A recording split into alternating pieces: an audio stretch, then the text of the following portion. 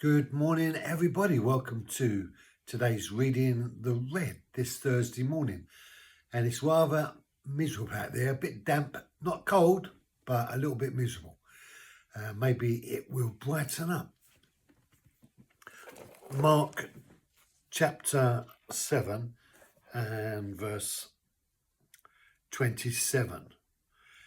And he was saying to her, "Let the children be satisfied first, for it is not good to take the children's bread and throw it to the dogs."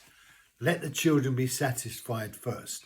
Now, Jesus' response to this woman who had come to him because her daughter had a demon in her, and she was repeatedly asking him, "Jesus, deliver my daughter, deliver my daughter, deliver my daughter."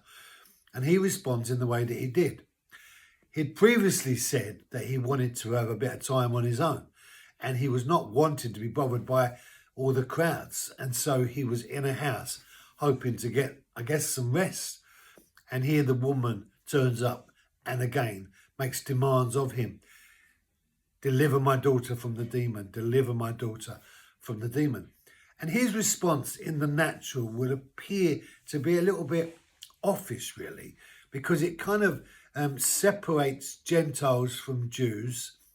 It reveals that Jesus came to the Jews first to minister the revelation of the gospel to the Jews.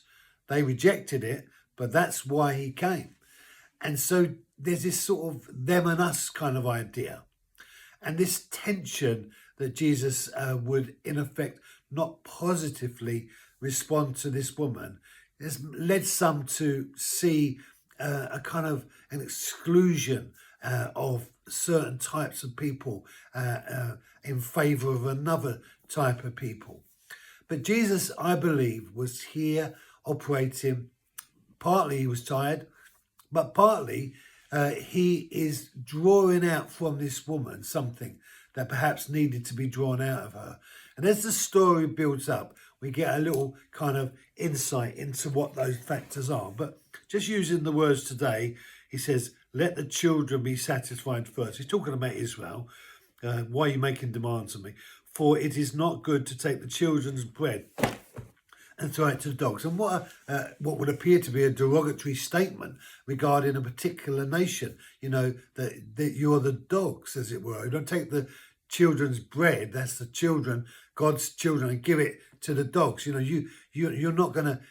And so naturally you think, oh, that seems a little bit tight, Jesus. Why did you say that? It would be a little bit offensive. But it's really interesting how this woman takes what he says.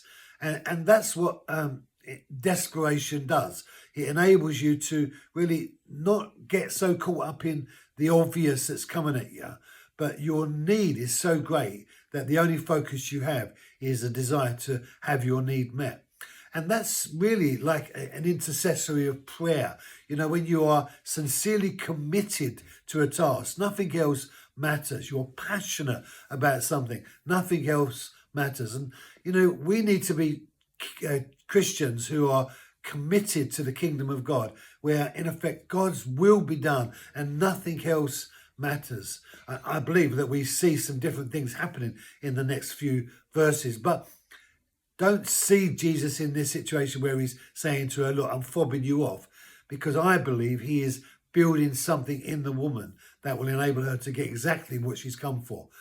And I'll see you tomorrow. Thank you for joining me. God bless.